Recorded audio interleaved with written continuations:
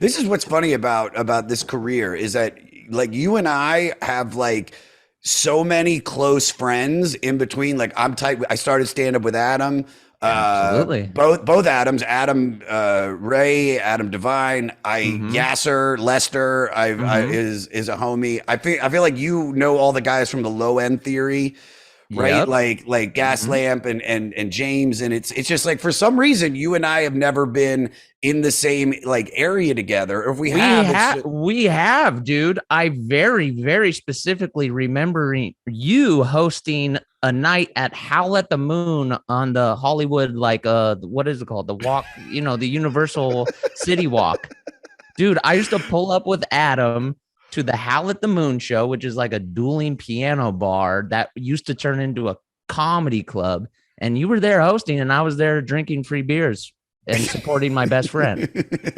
I don't remember that, dude. Yeah, I do dude. remember City Walk though. I remember City Walk for sure, dude. So you were there. You remember. Well, though you have to understand, like probably in the area when that was going on, I was heavily addicted to opiates. So I felt nothing. I Yeah. was just floating around in my like Yes. makeshift bath water that it felt like I was in all the time. Just Like, like, yeah. am I having the correct memory where one of your jokes was that you got on the back of your moped like backwards to drive it? You like talked about getting on your moped the wrong way. I And I mean, remember this being like, this guy fucking rocks, dude. But I do want to take him aside and say, maybe it's time for lifestyle change. And I was at my most drunkest of my life. So that's bad if I wanted to say that. if we ever hanging out at City Walk, man, that's the only way you can be there, dude, is just to be severely inebriated and just Woo, that people Margaritaville. watch.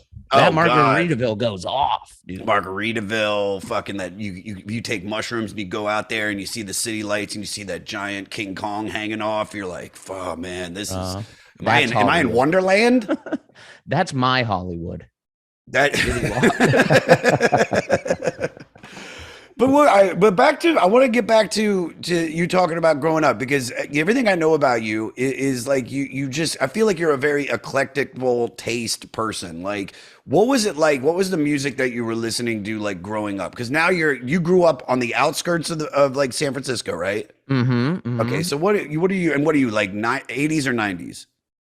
I'm 90s for sure. That's when like I started to form any sort of opinions. I mean, I was born in the 80s, but like I'm a 90s kid for sure. For sure. For But sure. So yeah, no, you are right. I do have a very eclectic taste when it comes to like anything, but most specifically like music for sure. And I think that a lot of it spawns from just like the input of like my parents. I'm from a divorced home, and I'm glad we're talking about this. finally. But like my stepfather, huge influence on my musical taste, and my father also a huge musical influence on my taste. My mom pretty much just stuck to James Taylor and Carpenters, which Sure. I also fuck with. They're great. Okay, Hmm. you have to have that kind of Christian undertone balance as well. But There is nothing wrong with some fucking adult contemporary acoustic rock. Like I have as I have gotten older, dude, this is what's so crazy is because I love so much different types of music and I love the mhm, hardest of the hard rock and the mhm. fucking the most gangsta hip hop, but like what I'm into right now at 42 is like those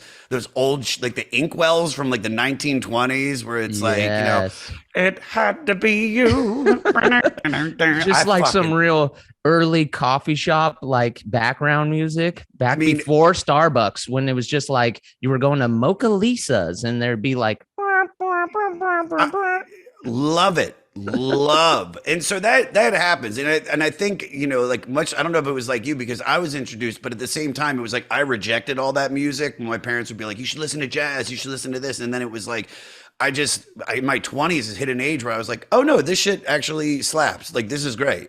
yeah, I would say like my first like band that was mine, like Yeah. outside of my parents' musical taste, where they were like, who is this band? Was definitely Weezer, the Blue Album. That was like the first time where I was like, I discovered this. I'm Yeah. listening to this. And my dad was like, Weezer, that name sounds like this. I already hate the band off the name. Yeah. And I was like, Yeah. dude, I'm telling you, they rock. That's Yeah. that's my band. That was like Yeah. the first one I kind of like stamped as like, this is me. And so were you into grunge and stuff? Because I mean, that's kind of like in that vein. Yeah. So then I took I don't know why, because I'm a comedian. I like to joke. I like to laugh, but like my musical taste kind of like went dark, like heroin chic. Like I discovered Stone Temple Pilots, and I was just like, holy shit, dude. Like it was like my uncle Mike, who was always like the black sheep of the family, was like, have you listened to STP?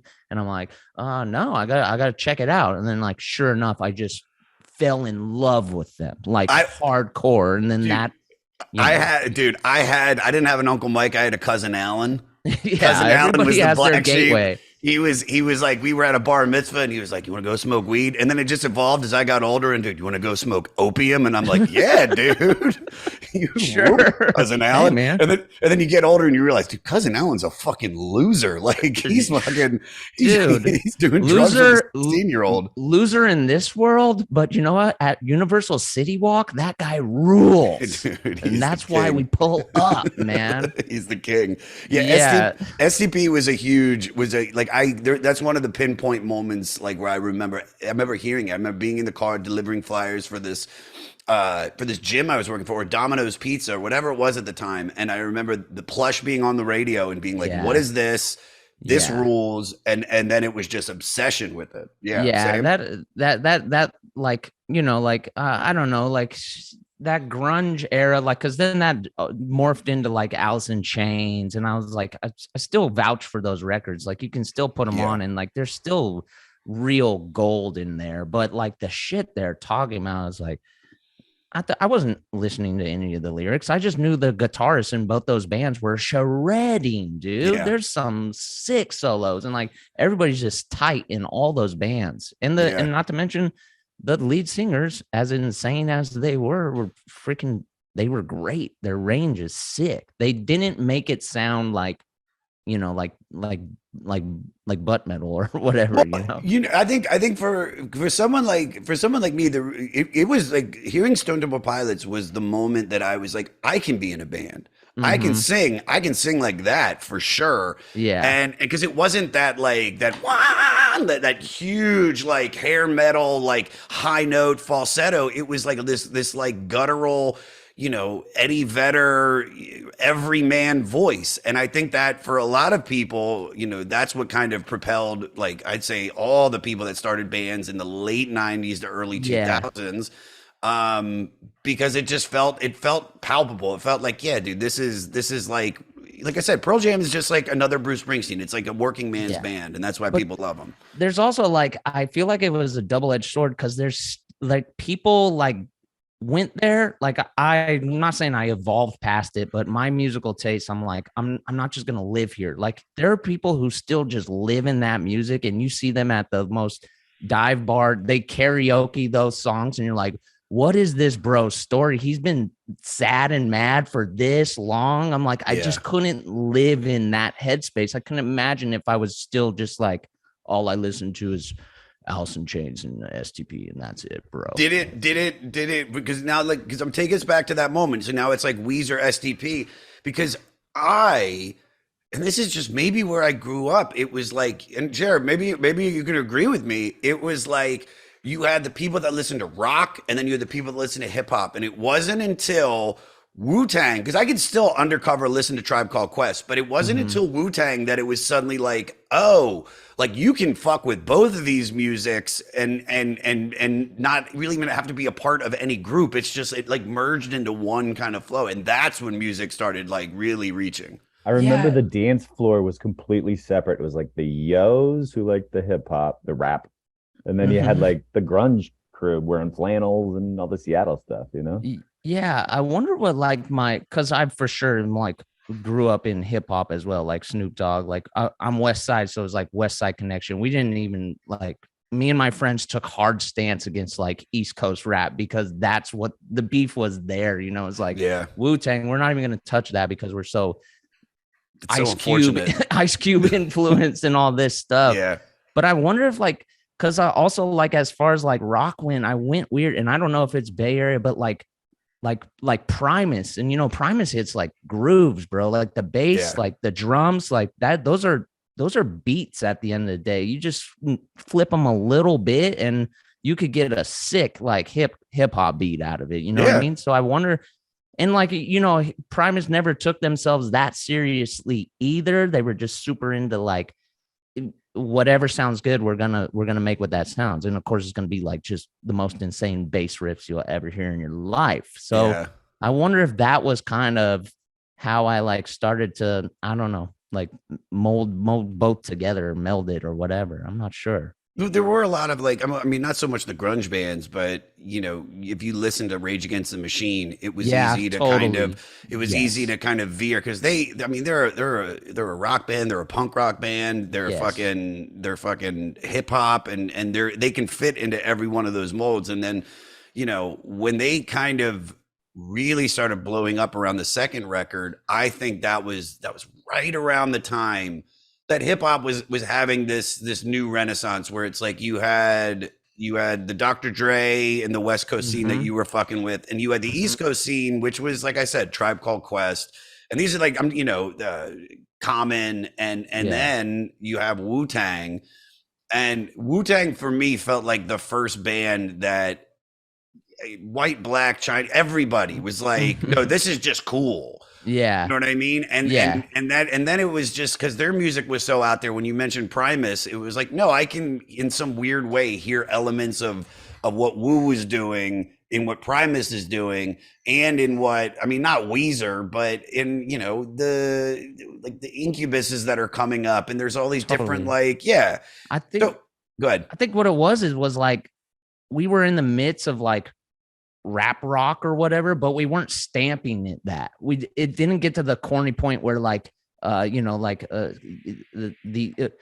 higher ups had been like, yo, we need to make this an actual category, dude, like rap rock. I think we could make a whole festival around this thing. And then all of a Yeah. sudden, you start to introduce you have to have a DJ scratching in the back of your just Linkin Park, which is just straight ahead rock, but then there's and it's like, Yeah. but nobody was like, oh, this is our lane. They were just doing what spoke to them as a band. It wasn't like they were having to hit this certain genre. So It's funny that everything you just said, because it's like this is a perfect moment to bring in the band that we're talking about. we might as well. But no, because you said because I don't know much about the Talking Heads. I've done 2 records, songs about songs about food and something. I think we have it on here. Jeremiah, if you could look it up, the ones Yeah, we've you done. get it.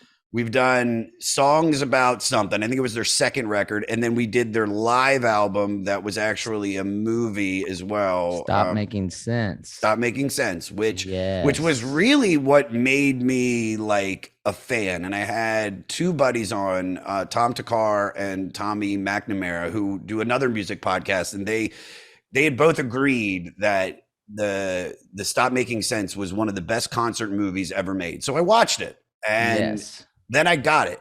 And you were talking about, how music, it became to a certain place where it's like, you don't really have to fit into a certain box about what you're making, what we're listening to.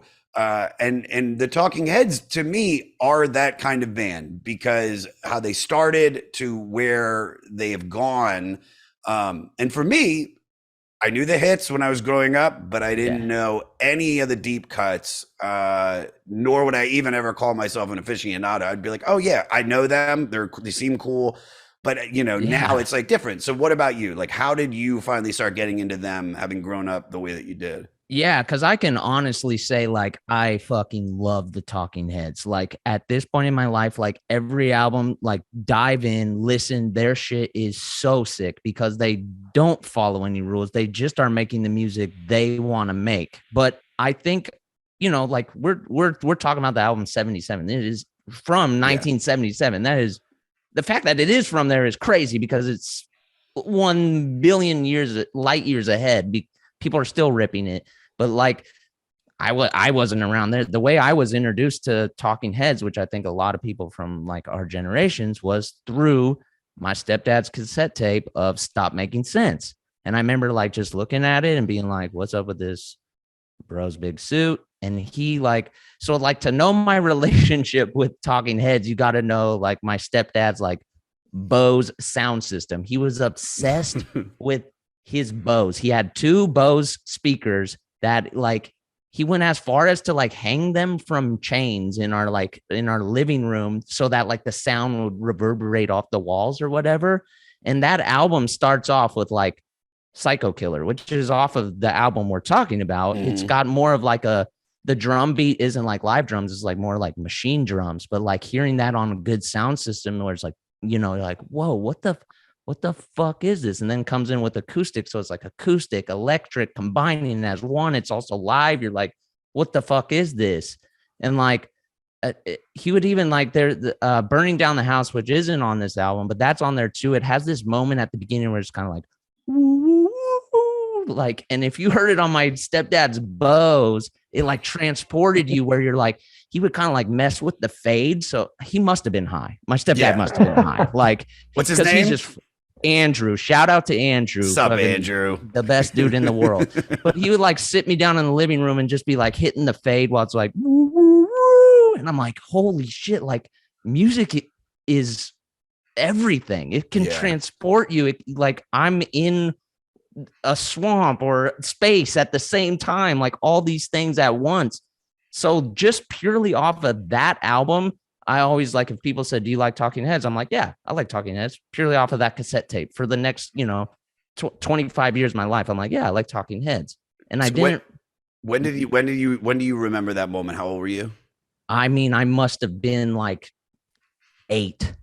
Like I must have been, because I would just like search through his cassette tapes. I was always obsessed, like, and he was like had Joe Satriani, like U2, and then like Talking Heads, and I would always reach for Talking Heads because I just thought that album was just so cover to cover dope. It was so sick. But also, I think it's like, if you're looking at just what the images of the band are, it's like it almost feels like every little piece of this band is so well thought out and made for you to question it and to have these kind of discussions of like, what are they? Are they punk? Are they post-punk? Are they new wave? Are they, I mean, with like the first performance art? Are they? Yeah, exactly. It's like, what's up with the big suits? Like, why is he this? Is he the coolest guy ever? Is he the nerdiest guy ever? Like, totally. Who really knows?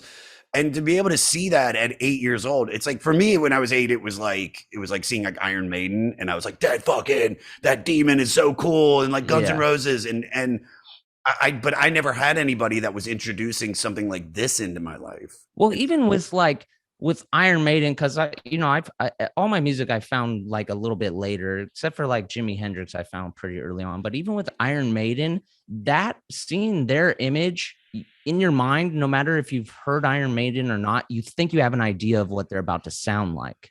Oh yeah. You're like, I'm about to put this in and it's going to just be like, I think I half was expecting what Metallica sounds like to be what Iron Maiden sound like. You know what I mean? Yeah. But with like Talking Heads, it's kind of like, what is this about to be? And then every time you put on a Talking Heads album, I think by the end of it, you're still like, what was that? I know I loved it, but like, how do I categorize that? That's where it is like, kind of feels like punk, like just off of like, it just keeps you guessing. You never like can box Talking Heads. You can try to.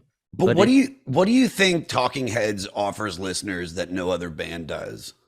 I just think they're just kind of like the total package for me, in the way that like they can switch grooves like 4 times in a song, and every time you're like, this could be a song, this could be a song, this could be a song. It's every song is kind of a ride with them. And then the lyrics are like, they'll just be, because I'm not like a super like sit down and read the lyrics. Yeah, but like, I know like if a line hits me. And there's several times on 77 where like he'll just be saying something and you'll be like, like it's not yesterday anymore. And I could be like, it's not yesterday anymore. And it's like, well, what the fuck does that mean? He's absolutely right. Yeah. Why am I thinking about yesterday? It's not yesterday anymore, dude. It never will be again. Like, it's just like, I don't know. He has some very like poetic like one-liners that just kind of stick with you. Even the song titles are like a trip. Like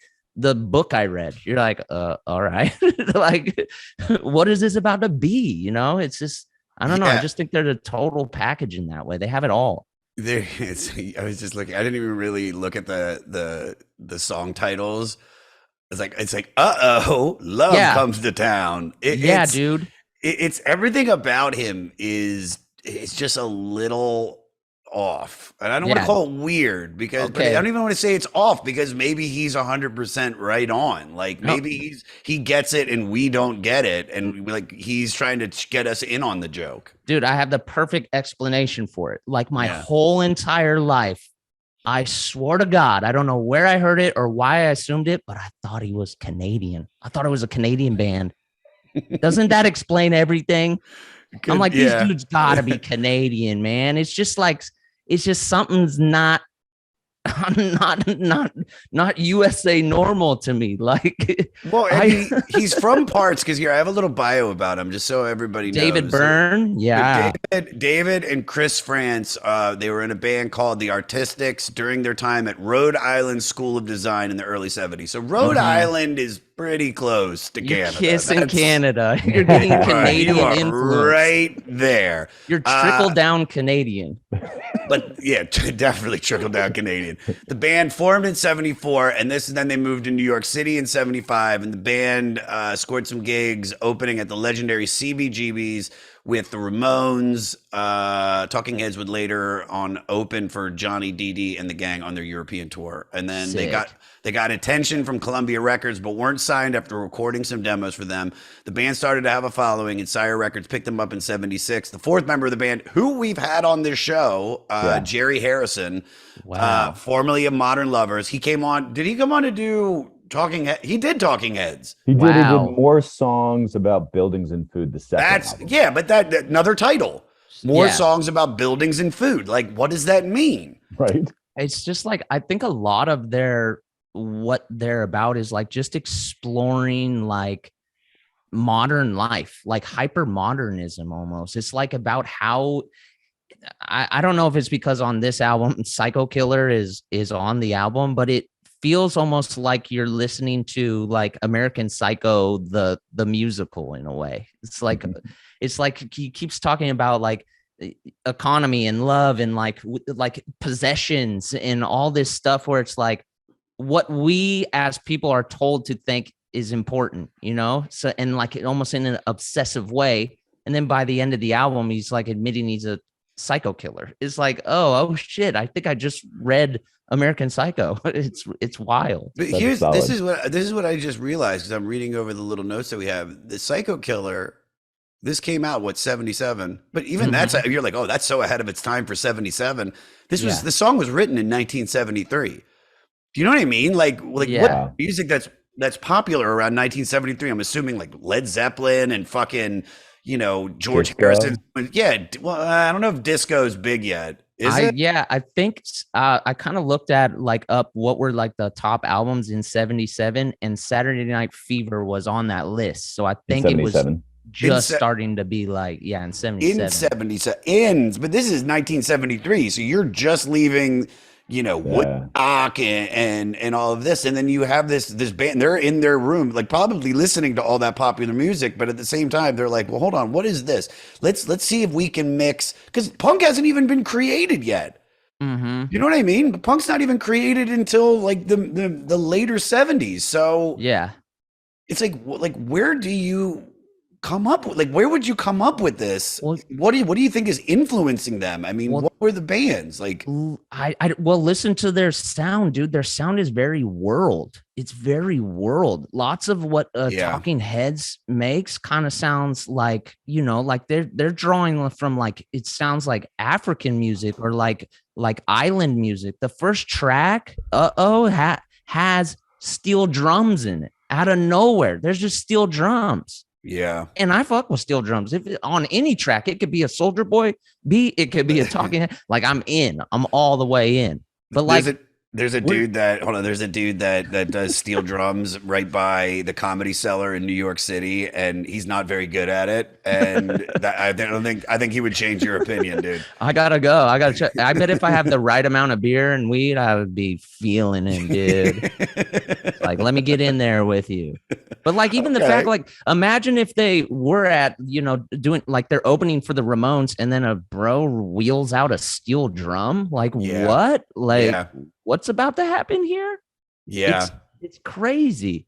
But They're I think the top albums of '73. You're right, like Led Zeppelin at the top. Yeah, Who, Leonard Rolling Skinner. Stones, Yeah, Leonard there's. Skinner. I mean, maybe I could say some Marvin Gaye. They probably were into, and I mean Herbie Hancock. I could definitely see Herbie Hancock, especially that record, Headhunters. Yeah, I saw David Bowie at the top. I mean, David Bowie's just a good influence for anybody. Yeah, just because you can go anywhere with that guy. And then if you go to '77 when this came out, here you go. Fleetwood Mac, another David Bowie, Sex Pistols. So they were on the forefront of punk, right? Clash. Yeah, it's looking like it's a really punky year, '77. Ramones, yeah. Yeah, I think shit was really starting to hit the fan. I like it. But I'm looking at the other records that are more like them, and there's not many. There's Kraftwerk, maybe Peter Gabriel. Oh yeah, for sure. Parliament. Yeah, they're kind of same lane. Because this is what I'm trying to say. It's like, how do you classify this band? Like, where do you put them in like, who are their contemporaries that they are doing, similar musical styles with? Maybe Television. Marquee Moon is a very similar sounding band, I would say. Yeah, they got a similar vibe, but still they don't bring like the kind of like the same drums, I would say. No, not at all. I would say Marquee Moon is like a post-punk, like, it's so funny because all I want to say is, they're like the Strokes. And I'm like, what are you talking about? The Strokes? Yeah. But they're light years away. They're light, yeah. But this is the thing, is that I think why the Talking Heads are so interesting is I think they're closer to Otis Redding and Al Green and Parliament than I think they are with the Ramones. And anybody else that I've seen, maybe what's her name? God damn it. I just saw her live. Who is the Blondie? Maybe Blondie is because it's who is the blonde Blondie? Yeah, well, that's all I needed. That was all I needed. That's why her name rocks, dude. Because I bet that's happened a trillion times. Who was the blonde Blondie? That's right. It's Bleachy, right? Bleachy, no, not Bleachy. No, nah, but that's good. Write that down. If you're listening to this episode, whenever you tweet at us, I want you to hashtag Bleachy. There you go. That's how I know you've been listening. Hashtag Bleachy. Are you into a lot of the 80s bands? Like, do you fuck with that music? Because it's so like I was in Mohegan Sun this weekend doing a weekend of shows at this casino gig, and on the first night, on the Thursday night I was there was some like reggaeton band I'd never heard of.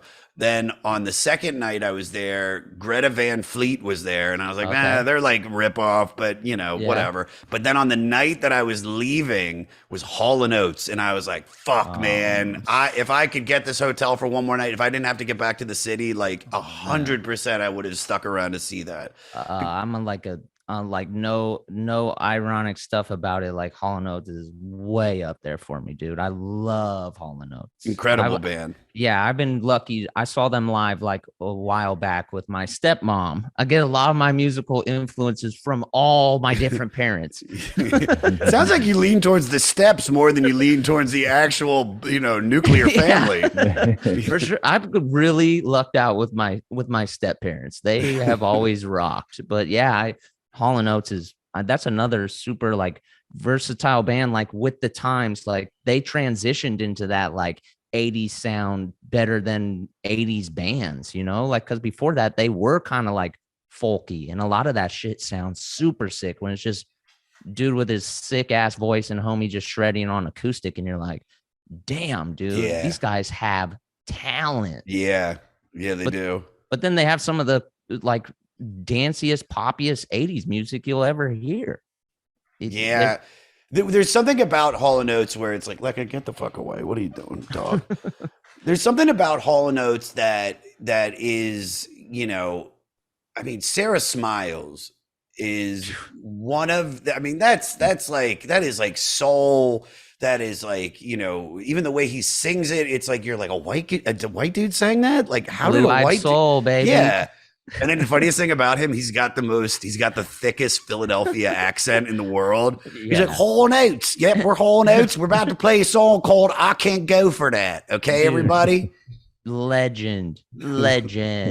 Like, I guess that's like, even with like Hall Notes and with Talking Heads, I think at the end of the day, when you step the people out of their genres, these are just people who are very good at their craft. They're excellent musicians. Like, that's the thing with, anybody like a David Bowie or a Prince. Like, if you can like really just go anywhere, that's where I'm like, oh, you're just born to do this. You're just like, you're just talented. You were supposed to be a musician. David Byrne is still like, if you listen to like his solo stuff, the dude goes all over the place and it's always listenable. It's never bad. It's always something. And even when the band broke up and like had their other stuff, like there was like Tom Tom Club and then like Modern Lovers is like, Modern Lovers, yeah. So Modern Lovers is, have you listened to them before? I actually haven't. I have not dipped into that. So do you remember Jonathan Richman from Something About Mary? He's the guy that would be in the tree singing the song. So that's the lead singer. Jerry Harrison was the guitarist in it. And it was almost, we did this episode well over 2 years ago. It's a band that almost was the precursor to punk. I might be wrong. I've done so many fucking episodes at this point, but they're like hugely influential, especially if the record's on the 500 greatest albums list. And, yeah, dude. And so Jerry, he did that. Did he do that episode, or he did Talking Heads? And what was really cool was that we had the Modern Lovers episode the 1 week, and then the following week we had Jerry Harrison on to do a Talking Heads record and talk about the Modern Lovers. And just like so it was this like double episode, and to hear him explain like, how important they were, the writing process, and then that band ending and him going into Talking Heads. It's a band that like, dude, you've heard their music so many times. It's one of those bands that you've heard their shit, you just didn't know who it was. Yeah. Totally. And it was great. But it was also the complete opposite of what this is, and I think it's like, I'm trying to see if I can classify what this music is, because it's not 1977. I don't think this is rock and roll, where the Modern Lovers is rock and roll. This is like I was trying to say in my head, it's like, is this band a 70s band or an 80s band?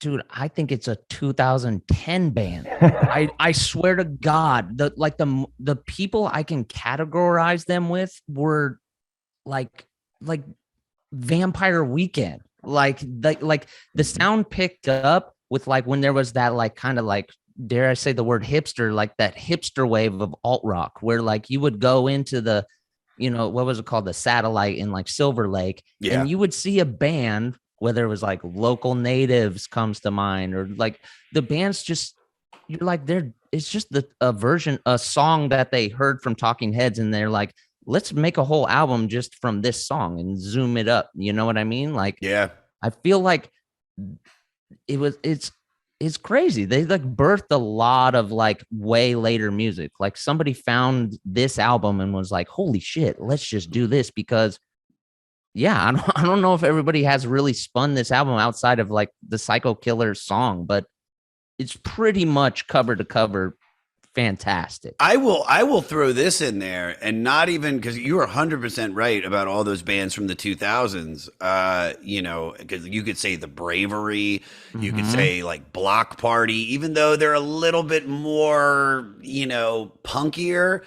But there was the Killers. I would put the first Killers record up there, especially some of their later work too. But somebody that I think might have. You mentioned the Afro beat and the steel drums. I would even put like Paul Simon, Graceland. For days. That's what makes me wonder. Yeah, like when did that drop? When did Graceland drop? Check it, Jeremiah, but I want to say 86. And we have a big feud with Paul Simon on the podcast because he actually stole one of the tracks from Los Lobos, and we did that album, and I remember listening to that album and then listening to the song that he did not credit them on, but they wrote with him, and it is huge. Fuck Paul. Yeah, 1986. I was right. Fuck yeah. Dude. Yeah. What do I get? Way later. What do I get? Yeah. Hey, you get a Krispy Kreme donut. And let's throw to the sponsor. Proud sponsor of the 500 guys, Krispy Kreme. There's the Talking Heads album. What is this? I think it's called like Speaking Tongues, and then they even like further lean into like that Afro like influence, like beat and all that stuff. And I bet that might even be before Paul Simon started to dip into it. So I think they were like really like carving out a lane, and maybe they were kind of like your favorite band's favorite band in a way. Yes. I wonder. That was a perfect thing I was going to say earlier that you just brought up. It's like we talk about the comic. Like this is your favorite band's favorite band. Because, what does that mean other than if it's usually tends to be like a band who does whatever the hell they want and they're not like falling right on their face. So it's just like, man, it just seems like over there in that band, they're just having fun making the music they want to make. Everybody's moving their feet. They got punkers in the audience. They got like, they're getting 80s people. Like it's starting to, they don't clear the disco club either. Like, it's just like, these guys rock. They're just up there with, it's just the energy of the music that's people like tune into. Yeah, I'm looking at some of their like the breakdown of how their albums came out. So the one that we did before this was, like I said, more songs about buildings and food. That's 78. Wait, today's album was followed up by never mind that. So that came out after this. So like did I'm trying to remember the music, but I wish I would have listened to this ahead of time. Are they reaching? Do you remember like Blake? Do you how well do you know more songs about buildings and food? I would have to see what songs are on there. I mean, I definitely, if I listen to it, I definitely would know what the hell it is. Hold on, I got it right here. Yeah, I got the wiki here too. So is this their debut? Yeah, 77 the debut. Yeah. Oh, dude, cut that out, Peter. So I don't act like so I have a little bit more research. To our editor, yeah, dude, I didn't say that. So all right, so let me look at some of the songs that are on there. Oh, yeah. Brian Eno came in for the next album, but he wasn't there for this one that we're doing today. Yeah. Take Me to the River. Like that's like that song thumps. Which is also kind of feels like it's like a gospel song, sort of like. Oh, I think it's about a baptism, if I'm not wrong. I don't know. At least that's what I took from it. Like, take me to the river, drop me in the water. It's Al Green song, dude. Yeah. I'm trying to hear. It's like, because this is. I don't feel like they went further on that record. Maybe I'm wrong. I'm gonna re-listen to it as soon as we're done with this. But this is like the band's first record to come out, and I want to know what the reception was like. Like, what are people saying? Jared, did they give us? Did he write? Here we go. I got a critic. So this is Village Voice music critic. It's this. I hate this guy, Robert Christel. He's dead, you asshole. Well, fuck him. Sorry, Robert. Rest in piss. Burn in hell, dude. He reviewed their debut album and said, look, dude, he goes, these are spoiled kids, but without the callowness or adolescent misogyny. Like, yes, they are wimps, but without, but without vagueness or cheap romanticism. I think David is a Holocaust denier. No, I just put that in. I put that in. Oh my God. I was like, this just got a little too topical. David burned the first Kanye West. Yeah, dude. Every tinkling harmony is righted with a screech. Every self-help homily contextualized dramatically, so that in the end, the record proves not only that the detachment of craft can coexist with a frightening intensity of feeling, something most artists know, but that the most inarticulate rage can be rationalized, which means they're punks after all. Yeah, dude. I like that last line. That was a vote of confidence for me. That got me like excited to listen. Dude, That I don't dude even said know. way too many words, by the way. Way Like, too many words. stop. Well, that's why he's Village Voice music critic and noted curmudgeon. You'd have to have somebody like super wordy and douchey to be like a paper writer in New York Yeah, City. he needed a YouTube channel. I know it wasn't around back then, but he probably would have done better with that format. But I do agree with what he said at that final line, because that's arguably what I got from all of that, is that, maybe it's not the Ramones like na na na na na na na oi oi oi, maybe, Mhm. but you can be punk by being completely, like even with what you guys did with you, Adam and Anders. I mean, Mhm. that's like that show. Like I would say the Workaholics is like a punk rock show. It's different than anything that was on the air. You guys were, you were taking, not saying like Three Friends like is like the most original concept, but you put your spin on it more than most, people that were creating comedy at the time. Well, I think even like with maybe what we were saying, like how I was kind of speaking about, like this album sounds like a dude like wrestling with like modernism and like having to be a part of the rat race. Even with Workaholics, it's like, yo, being a gutter punk is to me, that's not a alluring punk. Like, yeah, being punk is like saying fuck everything, but like just being like just crusty in the gutter, like that kind of punk isn't alluring to me. But Yeah. if you're kind of like playing your part in the system as little as you have to, and still kind of bucking back in ways you can, which is kind of like what Workaholics was. It was like, we have the 9 to 5, but we're doing it our way. We're making it, we're showing up hungover. We're making a party out of every day that we can, so it's like kind of goes along those lines. I feel where it's like you're in the system, but you're most of the time dancing way outside of it. Yeah. I remember Yasser said this to me because he was working on the first season with you guys as like a writer assistant. And I said, because I didn't see Adam for a while because he was always at the Unknown. And then when you guys, because I remember the sketches, like I remember that when Anders and Adam were the cops and you were like the drug dealer on top of a roof. And Yeah. it was great. It was great. Crossbows shit. and mustaches. Yes. Yep. I'm sorry. It deserves, the name's perfect. It deserves to be told. But there was, I remember talking to Yasser about it and I said, so how is it? He goes, dude, it's either going to get canceled immediately or it's going to be the biggest show on Comedy Central. And he was right. Did you have any idea? Was that your same thoughts? Like when you guys were prepping it and making it? I mean, I don't think I ever approached it like, yeah, we got to smash it. We got to smash it. There is like a pretty legendary story where we let Adam's dad like watch the pilot and he kind of like went off in a room by himself. And like, we were kind of like, well, what do you think? So what do you think? And like, he came in and he was just like, you got a hit. And we were like, oh, damn, dude. Like, we got the Dennis D seal of approval. We might have something here. Like, but other than that, we were just I think it's because we were children of the independent, like sketch internet, like where it was just like, we're just trying to make each other laugh and like trying to make the product we want to make. There wasn't a lot of things we could look at where it was like, oh, this is the trajectory. This is what you do. This is how you like approach this. Like even when we made the pilot and gave it to Comedy Central, like they asked us to do a pilot presentation. They're like, here's $25,000. Go make like a sizzle reel, like a little like 5-minute. This is what the show is. And we're like, bro, they just gave us $25,000. This is the most money we've ever touched in our lives. We can make 2 full-length movies for you, dude.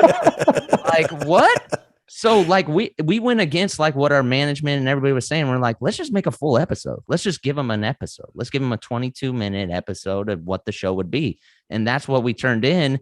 And I think that really helped because when Comedy Central saw that, not only were they like, okay, this is an episode of television, they were also like, well, they just took what we saw as like nothing, just beans, and they made something that looks pretty damn good. Yeah. I mean, of course, we were pulling every resource we had. Like Kyle, the director, was working at LA Film School. So we like raided the closet. We asked a couple students if they'd like boom and all that. But it was that, I guess in that way, it was very punk rock. We were DIYing it, dude. We were like, that's all we knew.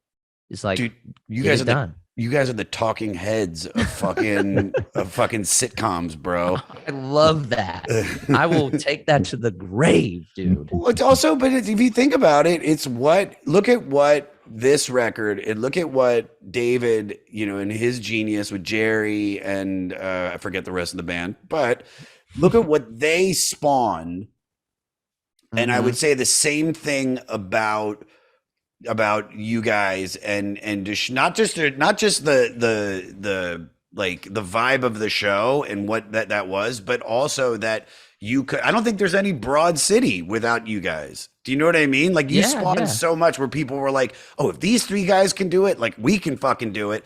And it's just a matter of just being like, all right, like this is our idea and we're going to make it just to have fun. And if people like it, great. And if Robert Christo shits on it, cool. But we're going to make something. I mean, that's what I'm saying is like did you have like, when did it hit you that you had actually done something like holy shit, like this is going to be way bigger than we ever thought? I think it's exactly like what you're talking about is you start to see your peers who come up to you and they're like, yo, I just pitched to Comedy Central and they just told me to make my version of Workaholics, or like be like Workaholics, like do what Workaholics did. Yeah. That's where like it's kind of like, oh, okay. So we kind of laid down a foundation. We showed that it was possible. In some ways it made people who were at home be like, oh shit, they did it, I can do it. And then people who were out here in LA really trying to sell shows, now all of a sudden, all the execs at Comedy Central are saying, just give us the next Workaholics. That's all we want. Yeah. Or like you'd be like, yeah, what's the female version of it? Like what's the New York version of it? Like, It's just like that, that's kind of the way the industry, works. It like follow the leader. And that's where it's like, mate, are we the leaders right now? We're the ones that they're trying to recreate. It was like, whoa, that's crazy. Yeah. What was the first weird thing you bought with your money? A Jeep that was wrapped in an American flag. Really? Yeah. Right out the gate. I needed a car. I got a Jeep. It was I went to the dealership because I wanted a Jeep. And it was at the time in Concord, because they have some great dealerships out there. Shout out Jeep of Concord. They had this Jeep that was kind of like up on like this rock display that was just straight up stars and bars, just like blue, like eagle on the hood. Like I had already picked out my Jeep and I saw that on the way out and I'm like, wait a minute, what the hell is that? Like, is that for sale? And they're like, I don't know. We like did it to honor the vets. Like we literally have like Harrison Ford kind of driving across like the United States in honor of our vets and all that. And I'm like, I would like to buy it. And they're like, we have to like call the higher ups and see if it's even possible because you can't like desecrate this. This is not a joke. And I'm like, dude, I'll treat it with the utmost respect. I just want this to be my whip. I want to drive home like in this. I had to send the pic to my girlfriend, family, friends. I'm like, is it cool if this is what I drive home? And everybody was thumbs up, except for my girlfriend, ex-girlfriend now. So I mean, you stick out, dude. You drive that. Like I thought I stuck out when I bought my pink Jeep. You know what I mean? Like it was salmon. But hey, man. Mango, actually. It was mango Jeep. But here's the thing, it was like I remember when I went to go buy, I was gonna go buy a Jeep. And there were two Jeeps at the lot. There was a dark green one that was a little bit more beat up. And then the Jeep that I thought was red. I looked at it, and because of the green next to it, the pink looked more red. So I was like, oh, it's just faded red. And I brought it home, and my dad saw it, and I was like, dude, come check out the car I just bought. And he walks out, and he goes, oh, you got a pink Jeep. And I'm like, that's red. And he's like, look at the thing, man. And I looked at it, and it said mango. I was like, fuck, dude. But I still rocked it. But somehow, like I took salmon, but mango, dang, that is not the color I want. Especially when you have to call like AAA and they're like, so what's the color of the Jeep? Like mango. Yeah, dude. No wonder I got fucking 3 DUIs in it. You're asking for it. You can't hide in the cut. They just want to pull you over just to make fun of the color. And then like, what? You're drunk too. Oh, okay. Hey, my lucky day. That's my lucky day. We got a live one here. Yeah. Hilarious. All right, let's wrap this up because we could talk for hours about Jeep colors. Yeah. Oh, okay. Can I go on a little not a pedestal, but I would just want to shout to like the audience just because like there's Like as far as Talking Heads goes, I know that they are like, they're a little more like almost like prog in a way, just with their sound and like the ways they reach out and all these things. But there is a double album. It was a C in the back of the day. It was a CD, like a double CD album called. The name of this band is Talking Heads, and it's a live album that has almost every song off of 77 and another one probably they're either the album after or before, but it's the most like there are no steel drums. It's like just them like in a basement playing their music, and it's as punk as you will hear Talking Heads play. So if you're like on the fence about them, that is the album I would say that is a great entry point for you. So check that out. You don't think this or their first record would be a good intro? Dude, wait till when you hear this album performed for them on that live album, it's undeniable. Like it's just like raw, dude. Okay. It's just raw. It's very sick. It sounds like the drums are sick. It's just, and I'm not even like a live album guy, but legit might be in my top 5 albums all time. It's just this. The name of this band is Talking Heads. How is Psycho Killer on like every album they released, by the way? Well, it's an iconic song, man. Oh, totally. Look, you can say Burning Down the House, which to me is like very 80s, like it's very 80s, but it still holds up today. I'm trying to think of some of their other like huge hits, but Psycho Killer, if I'm not mistaken, here it goes. This is the second single released from the album, reached number 99 on the Billboard single chart. The song was inducted into the Rock and Roll Hall of Fame's 500 songs that shaped rock and roll. So it's a way. I mean, look, man, it's ahead of its time for 1977. It's definitely ahead of its time for when it was written in 73, like we said earlier. The subject matter, I mean, it's a podcast in a song, that people millions of would get millions of listens. It's oh shit, I lost my light. And it's just the fact that he goes like every drunk high, doesn't matter what point of the night in the party is, you can hit that part of the song. It's all of a sudden it's a sing along. You don't got to know any lyrics. You just got to know the freaking Velvet tune. Revolver covered it. Cage the Elephant, Fish. Yeah, I love this. I don't know if this is in your research, Josh, but Ice-T. Really? It was a starting influence for the Body Count's Cop Killer. Look at that. Isn't that crazy? Wow. It's insane. Yeah. It's like funny thing about this is I have this weird connection to this band. Not so much their music, but there was a bar in Baltimore, in downtown Baltimore by Micah, by the art school, called Talking Head. And there was a party there every Monday and every Friday called Taxlow. And it was like you were talking about dumpster divers earlier. It was like it's like the mid 2000s. So all the bands, like Franz Ferdinand and Block Party, like they're being played, but people are also playing Joy Division, and it's the hipsters. And I used to go there and drink and just meet girls. And I remember one time I went there, there was a girl that I had dated, for like a few months. She's one of the hottest girls I've ever dated in my life. She was a little bit younger. I think she was like 18, 19. I was only like 24, 25 at the time. And we had broken up, and she was like, she had gotten back to her ex-boyfriend. They broke up, and then she had hit me up to hang out. And I was like, do you want to come to Taxlow? She was like, yeah, I'd love to. And she's like, and I'll spend the night. And I'm like, oh, fuck yeah, dude. So I pick her up, and then I drive her downtown. She's got this bag in her car, in my car, which is just like, looks like a little overnight bag. And I say to her, I'm like, do you want to go drop this off at my place? It's less than a mile away from Talking Head. And it's a bad area. So if you want, we go drop it off. If there's anything important in there. She's like, oh, there's nothing in there. And then we go into the club. We dance for like 2 or 3 hours. We're drinking. We're making out. She's like whispering shit into my ear about what she wants me to do to her. And I'm like, holy shit, dude, this is fucking dope. All right, let's get out of here. And then we go out. And it's another thing about Jeeps. The pink Jeep is parked out there. And I had a soft top. The Mango Jeep is parked out there. And one of the windows is unzipped. right? Oh And I'm no. like, oh shit, dude, somebody broke, because you can break into a Jeep, those old fucking soft top Jeeps, Oh, yeah. easily. No problem. And so I'm like, oh shit, let me see if they took anything. And I start looking, all my books were there, my car stereo was there, everything I owned was in there, even my jacket was in there.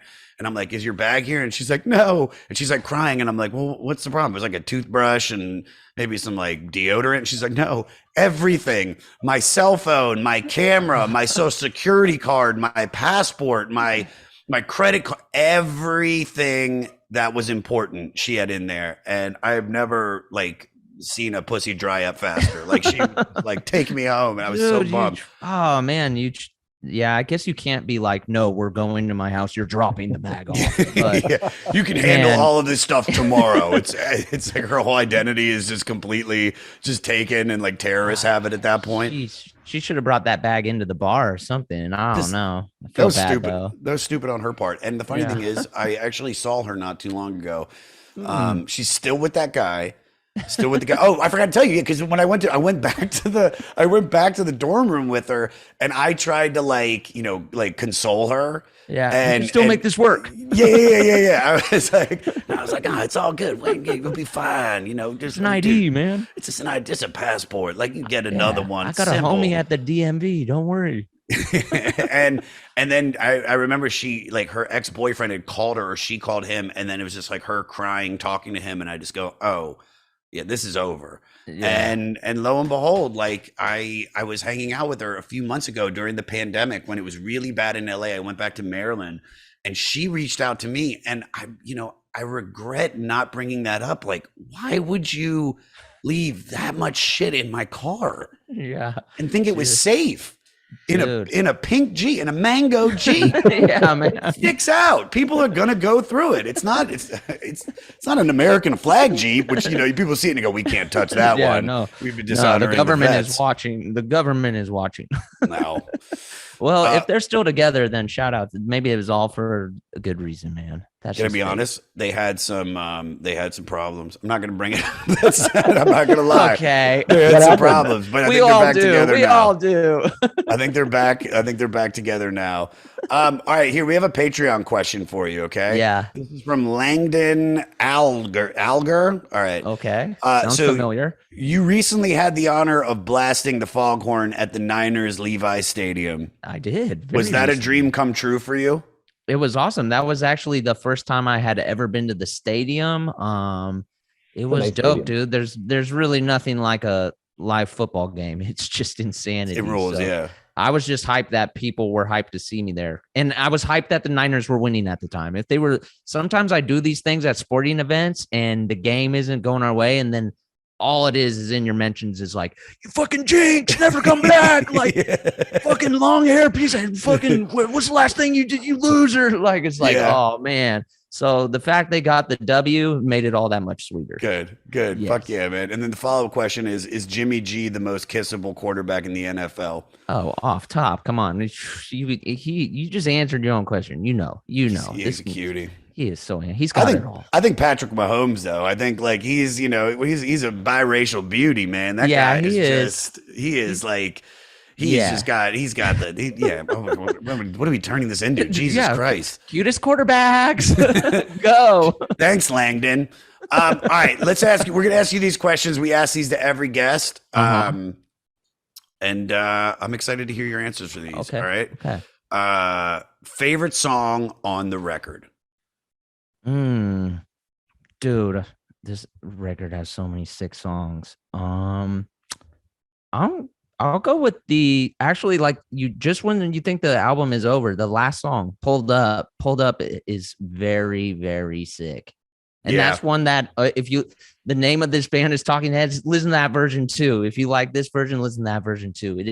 It's sick, dude. I really like that song. I think I gotta go Psycho Killer. I think it's such a great song. I know that's the hit, and that's like kind of hacky just to say the most popular song, but it's like there's a reason why it's in the 500 greatest Rock and Roll Hall of Fame songs.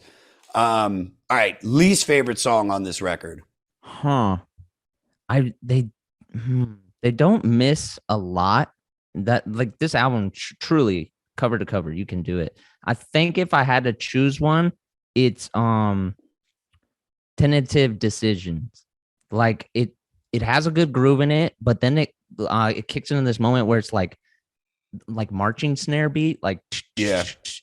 anytime you throw in the marching snare, you kind of lose me, man. There's so many songs like that, and as soon as I hear the I'm like, I'm not a fan. It's not my groove, dude. Coming from a guy with an American flag Jeep, I'm a little shocked. I know, man. Poser. Maybe that's you're it should be my poser. horn. Yeah. Hey man, I've taken off the American flag since. Now it's just kind of sand color. Okay, nice. I'm gonna go with who is it? It was just short. It just out of anything, it just kind of like just came and went. Dang, that one rocks though. Listen, I should never say what's your least favorite song. What I should say is what do you tend to skip over? Yeah, because there's certain songs we've just heard, and sometimes when I'm doing this, the song that is like, the most popular song on the record is the one that I'm just like, I've heard this enough and I like something else. You know what I mean? That's where I'm at with Psycho Killer. Like that song kicks fucking ass, but I mean, I've been hearing that song for 30 damn years straight now. So. Yeah. All right. This is a 2-part question. Okay. And I feel like the answer, I already know what it's going to be.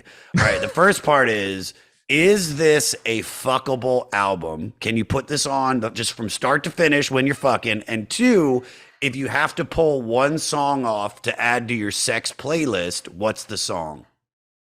Okay. Well, I'm not like a music fucker. If Really? anything, I'm a put Sports Center on or CNN. I'm definitely like a Sports Center fucker. I feel like I guess I'd go from like the type of dude who would put this on to fuck to, I'm not sure I'm like super into having sex with that bro. But if a chick put on this album, yeah, I'm curious. I'm like, yeah, I'm in, dude. That seems like a cool chick. I think you can fuck to this album. I think you can fuck to any Talking Heads record. Maybe, it's everything has a groove to it. Mm-hmm. And it's not too, even Psycho Killer. It's just like, if it was on in the background, like if I wouldn't be paying attention to the lyrics. It's not like they're so, important that it's like that's what I would be thinking about. But there's something like, Take Me to the River off the record before this, like you can fuck to that.